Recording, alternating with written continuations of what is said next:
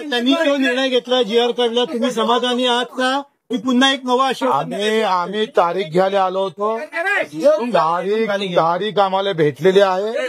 मुख्यमंत्री उपमुख्यमंत्री दोघांनी, एकनाथजी शिंदे असेल, अजितदादा असेल आणि मुख्यमंत्री स्वतः यांनी सांगितलं का आम्ही जे दिलेला शब्द आहे तो 30 जून 2026च्या आत कर्जमुक्ती झाल्याशिवाय राहणार नाही. आणि त्या संदर्भात त्यांनी जे शब्द दिलेला, आम्ही सुद्धा तारखेसाठी आलो होते तर तुम्ही तारीख घोषणा करा, योग्य वेळ कधी आहे. त्यांनी योग्य वेळ दिलेली आहे आणि त्याच्यामुळे आम्ही आता तरी समाधानी आहोत. बाकीच्या सगळ्या संदर्भात त्यांचा आम्ही आभार मानतोय. मेंढपाळाच्या बाबतीत सुद्धा त्यांनी जागा देण्याचं कबूल केलं. साऱ्यासाठी, आमच्या अपंग दिव्यांगासाठी, बाकी मुद्द्यासाठी सगळ्या चर्चा होणार आहे. प्रत्येक मिनिस्टर सोबत चर्चा होईल. ग्रामपंचायत कर्मचाऱ्याच्या वसुलीच्या अटीबाबतही निर्णय झालेला आहे. ह्या संगणक परिचालकाबाबतही निर्णय झालेला आहे. बाकी अधिक विषय मला वाटतं आमचे सगळे नेते मंडळी आंदोलन मागे घेणार का? आता आंदोलन मागे घेणार? आता हे बाकी नेते मंडळीला विचार. तुम्ही आंदोलनाचे नेते, तुम्ही नेते आहात, आंदोलन तुमच्या हातीवर. बरोबर आहे, पण मी नेता असलं तर याच्याशिवाय झालं नसतं होते. तुम्ही म्हणाला जे सदन शेतकरी आहेत त्यांना कर्जमाफी देऊन द्या किंवा मला कर्जमाफीची गरज नाहीये. बच्चू कडू म्हणून मला 70,000 रुपये मानधन भेटतं. मी कसं कर्जमाफी घेऊ? काय गरज मला? लक्षात घ्या.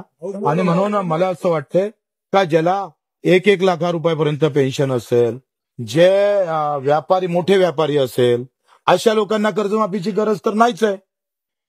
आंदोलक वाट पाहत आहे तुमच्या निर्णयाची. तुमचा निर्णय काय? आता आमची फ्लाईट चुकली, उद्या सकाळी जातो. लाईव्ह बघते सर्व ते आंदोलक, सर्व आंदोलन लाईव्ह बघतात. ते आंदोलकांना आता मला वाटतंय तूर्त वाटतं सगळे निर्णय मी केले तर यांना तुम्ही काही विचारलं पाहिजे का नाही? सगळं मलाच विचारणार. बच्चू कडू आंदोलनाचा चेहरा होता. अहो, मी जरी चेहरा असला तर राजूजी शेट्टी आहे, आमचे नवले दादा आहे, वामनरावजी चटप आहे, तुपकरजी आहे, क्षीरसागरजी आहे, महादेवराव जानकर आहे, राठोडजी, आता ओबीसी नेत्यांनी पाठिंबा दिलेला आहे. मला असं वाटतं का यांची फार मोठं योगदान आहे. मी या सगळ्या ह्याच्यातला एक लहान कार्यकर्ता आहे, लक्षात घ्या. अखेर त्या शेतकऱ्याचं मोठं योगदान आहे. हे क्रेडिट आम्ही सरकारला पण देऊ इच्छित आहोत. आणि मला वाटते हा कोविडचा विषय नाही, वेदनेचा विषय आहे.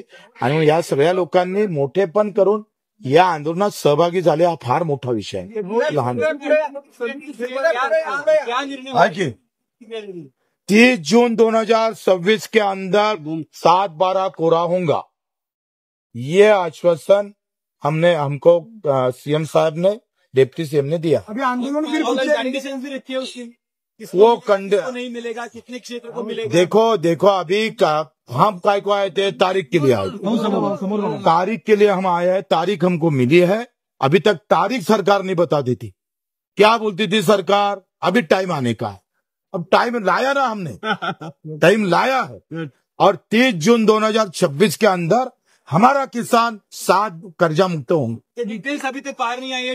डिटेल्स अभी कैसे सामने आएगा? अभी उसके लिए थोड़ा बैठना पड़ेगा ना. आंदोलन क्या जाने? अब आंदोलन काय के लिए करे?